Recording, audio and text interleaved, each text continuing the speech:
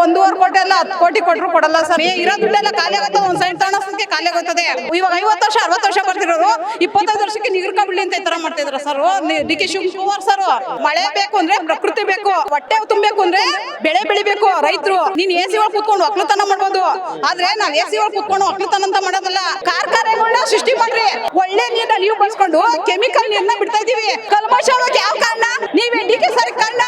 ಎಷ್ಟು ಎಕರೆ ಜಮೀನಿದೆ ತಮ್ದು? ನಮ್ದು 1.5 ಎಕರೆ ಜಮೀನಿದೆ ಸರ್. ಏನೇನು ವ್ಯವಸಾಯ ಮಾಡ್ತೀರಾ? ನಾವು ಟೊಮೊಟೊ, ಸೋತೆ ಗಿಡ, ಬೆಂಡೆ ಗಿಡ, ರೇಷ್ಮೆ ಈ ತರ ಎಲ್ಲ ನಾವು ಬೆಳಿತೀವಿ ಸರ್. ನಾವು ಈಗ 1.5 ಎಕರೆ ನೀವು ಕೊಟ್ಬಿಟ್ರೆ ಡಿ.ಕೆ ಶಿವಕುಮಾರ್ ಅವರು ಹತ್ತತ್ರ ಒಂದು 3.25-4 ಕೋಟಿ ಕೊಡ್ತಾರೆ ಸರ್. ಅವರು 1.5 ಕೋಟಿ ಅಲ್ಲ 10 ಕೋಟಿ ಕೊಟ್ಟರು ಕೊಡಲ್ಲ ಸರ್. ಯಾಕೆ ಅಂದ್ರೆ ಇಲ್ಲಿ ಕೊಡ್ತೀವಿ ಅಂತಿರೋರು ಅರ್ಧ ಎಕರೆ, 1 ಎಕರೆ, 1.5 ಎಕರೆ ಇರೋಂತಾರಲ್ಲ, 5 ಎಕರೆ ಮೇಲ್ಪಟ್ಟಿರೋರು ಅವರು ಕೋಟಿ ಜಮೀನ್ ಬರುತ್ತೆ, ಕೋಟಿ ದುಡ್ಡು ಬಂದ್ರು ಎಲ್ಲಾರು ಅವರು ಉದ್ಯಮ ರೂಪಿಸ್ಕೊಳ್ಬಹುದು ಅನ್ನೋ ದೆಸೆಗೆ ಅವ್ರು ಕೊಡ್ತೀವಿ ಅಂತ ಇರೋದು.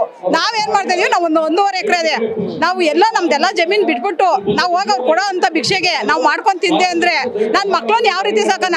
ಈಗ ಯೋಗ್ಯ ಮಾಡಿ ವಾಕಿಂಗ್ ಮಾಡಿ ಶುಗರ್ BP ಬಂದ್ಬಿಡ್ತದೆ ಅಂತಾರಲ್ಲ, ನಾವೆಲ್ಲ ಜಮೀನ್ ಕೊಟ್ಬಿಟ್ಟು ವಾಕಿಂಗ್ ಮಾಡ್ಕೊಂಡ್ ಕೂತ್ಕೊಂತ ನಮ್ಮ ಮಟ್ಟಿಗೆ ಯಾರು ತಂದಾಕ್ತಾರೆ ಸ್ವಾಮಿ? ಇರೋ ದುಡ್ಡೆಲ್ಲ ಖಾಲಿ ಆಗುತ್ತೆ, ಒಂದ್ ಸೈಡ್ ತಗೊಳೋದಕ್ಕೆ ಖಾಲಿ ಆಗುತ್ತದೆ. ನಾವು ಮನೆ ಕಟ್ಟಲ್ಲ, ಗಿನ್ನೆ ಕಟ್ಟಲ್ಲ, ನಾವು ವಾಕಿಂಗ್ ಮಾಡು ಅಂದ್ರೆ ಮೈ ಇನ್ನ ಬೆಳೆಸ್ಕೊತದೆ, ಶುಗರ್ ಬರ್ತದೆ. ಯಾಕೆ ಇವಾಗ 50 ವರ್ಷ 60 ವರ್ಷ ಬರ್ತಿರೋರು 25 ವರ್ಷಕ್ಕೆ ನಿಗರ್ಕ ಬಿಡ್ಲಿ ಅಂತ ಈ ತರ ಮಾಡ್ತಿದ್ರ ಸರ್ ಡಿ.ಕೆ ಶಿವಕುಮಾರ್ ಸರ್.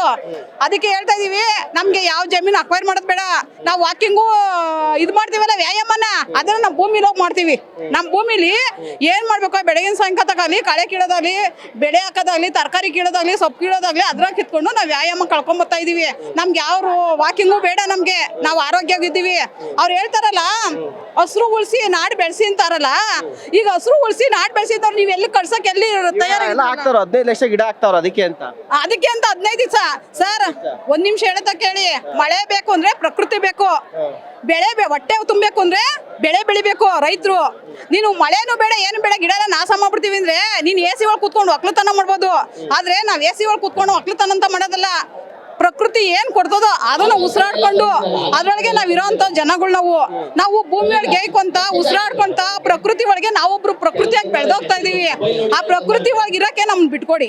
ನೀವಂತೂ ಎಸಿ ಒಳಗೆ ಇರೋರು ಎಸಿ ಒಳಗೆ ಇರ್ರಿ. ನಾವು 1.5 ಎಕರೆ, ಅರ್ಧ ಎಕರೆ, 1 ಎಕರೆ ಇರೋಂತ ಬಡವ್ರು ರೈತರು, ಚಿಕ್ಕ ಬಡವರು, ನಿನ್ಗೆ 5 ಕೋಟಿ ಅಲ್ಲ 10 ಕೋಟಿ ಕೊಟ್ರು ನಾವು ಕೊಡಲ್ಲ. ನಾವು ಪ್ರಾಣ ಬೇಕಾದ್ರೆ ನೀನು ಅಕ್ವೈರು ಅಂತ ಮಾಡ್ರಿ, ಆ ಕ್ಷಣನೇ ನಾವು ಪ್ರಾಣ ಬೇಕಾದ್ರೆ ಬಿಟ್ಬಿಡ್ತೀವಿ.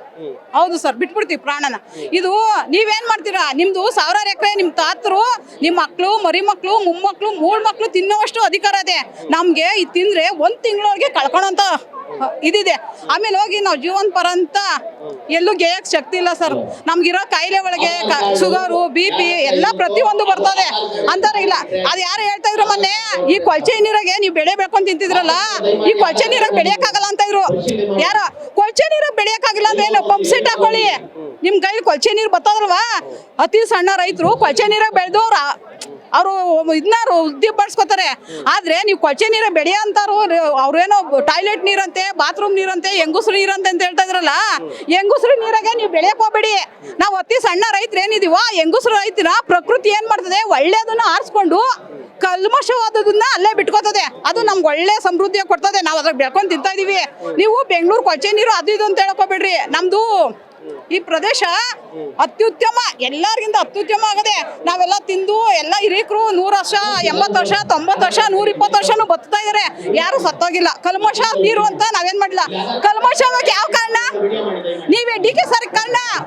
ನೀವೇನ್ ಪ್ರಧಾನಿ ಇರ್ತೀರೋ, ಮುಖ್ಯಮಂತ್ರಿ ಇರ್ತೀರೋ, ನೀವೇ ಕಾರಣ. ಯಾಕೇಳು, ಅಕ್ವೈರ್ ಆಗೋಗಿದ್ರೆ ಸಡ ರೈತರು ಭೂಮಿ ಒಳಗೆ ಇದು ತಿಂತಾ ಇದ್ರು. ಆದ್ರೆ ನೀವೇನ್ ಮಾಡ್ರಿ, ಫ್ಯಾಕ್ಟ್ರಿಗಳನ್ನ ಸೃಷ್ಟಿ ಮಾಡ್ರಿ, ಕಾರ್ಖಾನೆಗಳನ್ನ ಸೃಷ್ಟಿ ಮಾಡ್ರಿ. ಕಾರ್ಖಾನೆ ಒಳಗೆ ಏನ್ ಮಾಡ್ತಾರೆ, ಒಳ್ಳೆ ನೀರ್ನ ನೀವು ಬಳಸ್ಕೊಂಡು ಕೆಮಿಕಲ್ ನೀರ್ನ ಬಿಡ್ತಾ ಇದೀವಿ. ಬೆಂಗಳೂರು ಚರಂಡಿ ನೀರ್ ಬರ್ತಾ ಇಲ್ಲ, ಕೆಮಿಕಲ್ ನೀರ್ ಬರ್ತಾ ಇರೋದು, ಅದು ನಾಶ ಹಾಳಾಯ್ತಾ ಇರೋದು.